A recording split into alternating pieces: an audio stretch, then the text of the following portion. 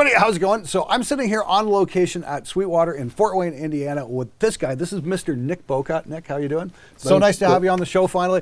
Big fan of Nick. Nick used to play guitar in a little 80s thrasher band.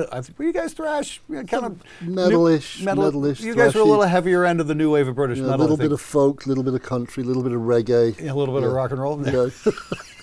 Anyway, Nick used to play in Grim Reaper. He was the guitar player, and he wrote the seminal metal classic, C.U.N.L. And for that, I apologize, folks, but thanks for the plug.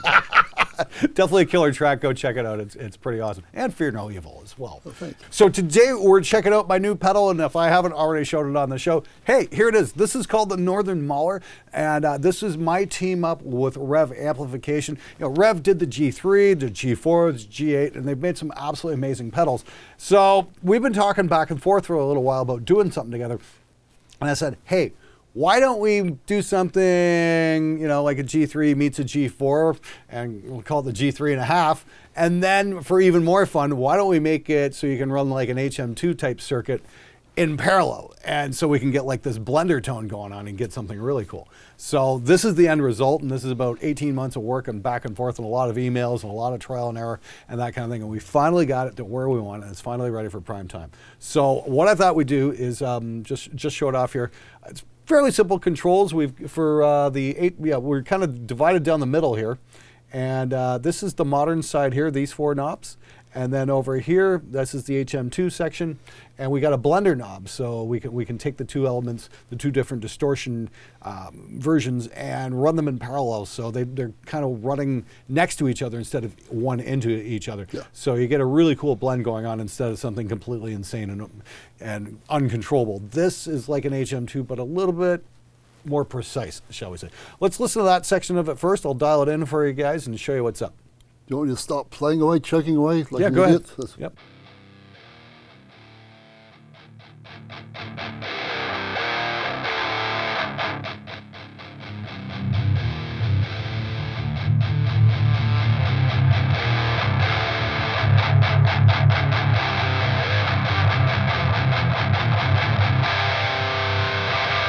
So that's the bite and the bottom cranked up, but this is an HM2, and the way to do an HM2 thing is to just crank it all the way. Let me show you what I mean.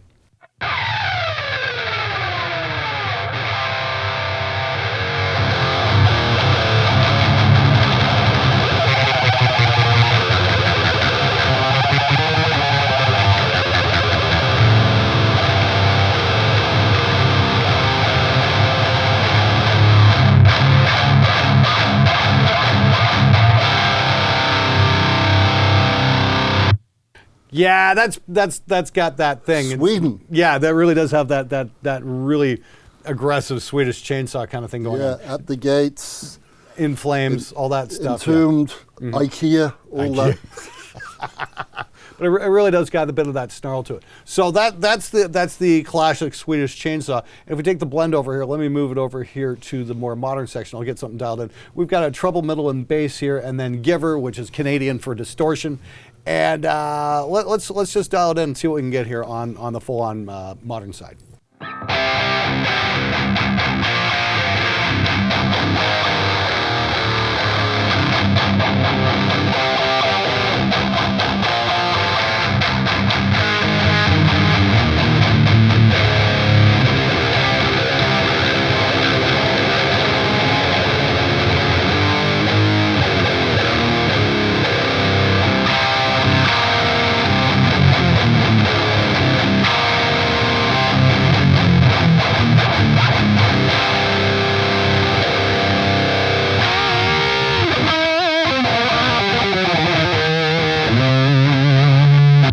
Nice. Cool. Yeah, that definitely delivers the goods. One thing that kind of surprised me though is just how much this kind of does remind me and how the top end of a tube amp will work. You get the presence and the treble, you kind of play those two off each other. Same thing goes on here with the treble and the mid range. It's like you can crank the treble up, but you bring the mids in and it starts doing a little something else, and then you bring the treble back. So you can kind of work with the two and find something that you really like. But the real strength of this pedal is not just in the extremes, although that's going to work, especially if you want to do like quad tracking stuff, like 2 tracks of modern distortion, 2 tracks of the chainsaw, and then blending the fader.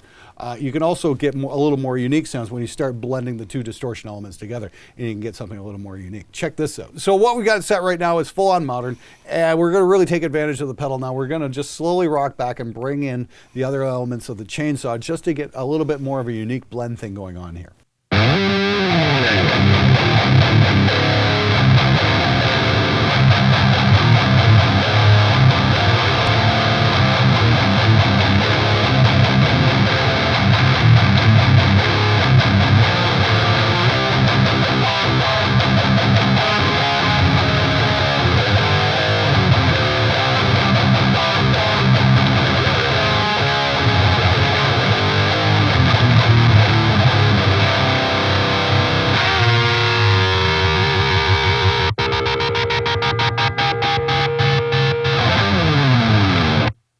That's Sold. yeah.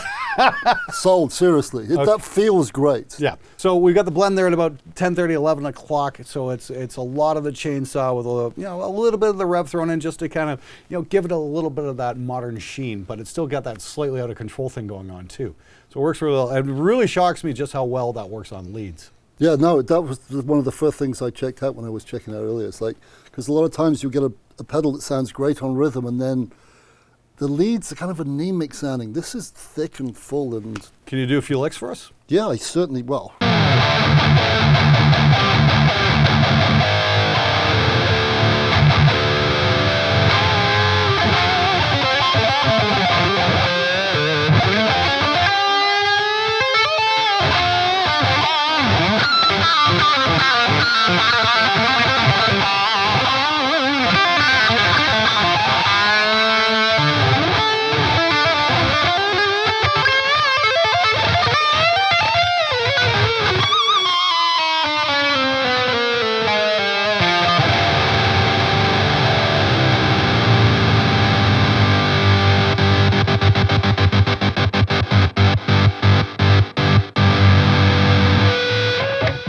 Amazing. When you make a mistake, just chromatically descend and pretend like you know what you're doing. Yep. And that's what I just did there. And if you're buying that, I've got a bridge.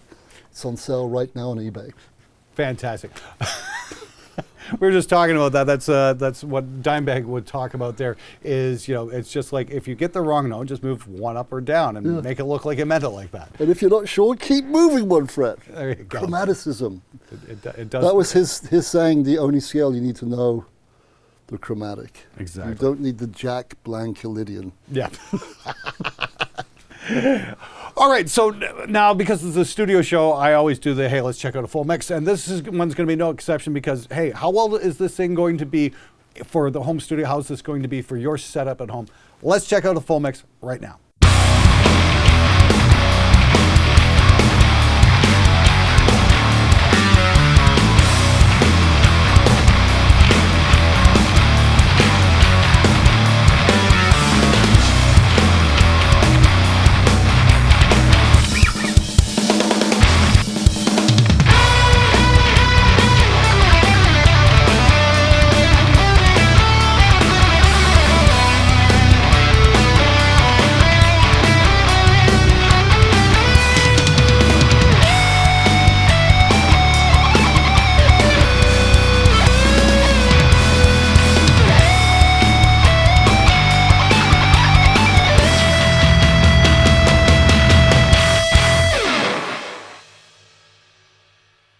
All right, Nick, thanks so much for being on the show. Really appreciate it. That's And by the way, and thank you for playing the full mix. So now you can hear what the pedal sounds like with a real guitar player as opposed to a fake one like me. Sounded great, by the way. I was impressed by that. It cuts through the mix. What a concept. Never catch on. Never catch on. And by the way, folks, to pay this man some dues, the name Northern Mauler, if you look up the word Mauler in German, it's got the umlaut over the A's, those 2 dots. It's German slang for angry complainer. I rest my case, but I give this 2 enthusiastic horns. Great pedal. Sweden, modern American metal, none more better. This doesn't go to 11, it goes to like 666. And there you have it. Absolutely. Okay, fantastic. All right, guys, links for everything's in the description below. It's on sale now. You can grab it over at Sweetwater. Once again, I'll have some links in the description. Thanks so much for watching. Thanks for subscribing, and we'll see you guys next time. Nick, thanks so much for being on the show, dude. My absolute pleasure. My absolute pleasure. See ya. Boop. Just remember, seeing the videos back in the day, oh, who's this left-handed guitar player? This guy's pretty good. That kind of stuff.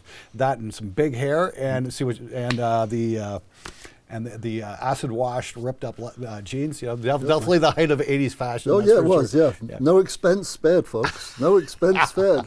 From as Beavis and Butthead said, these guys, they must dress at the rock and roll store at the mall.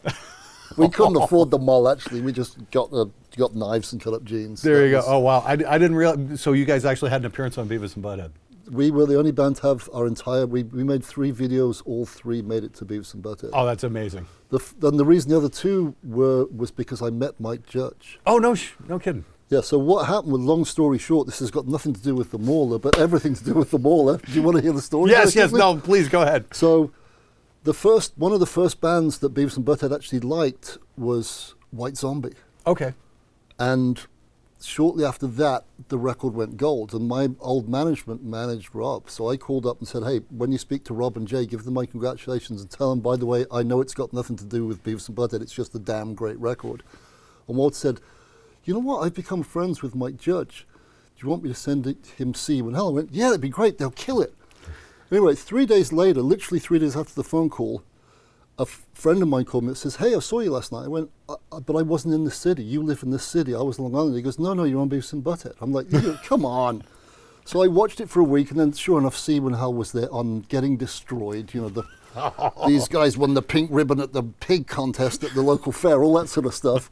So I called up Walter and said, wow, that was really quick. He said, what are you talking about? I said, See You in Hell is on Beavis and Butthead. He goes, I haven't even called Mike yet. So about a month later, White Zombie plays New York, 3 sold-out nights at one of the big venues. Walter invites me.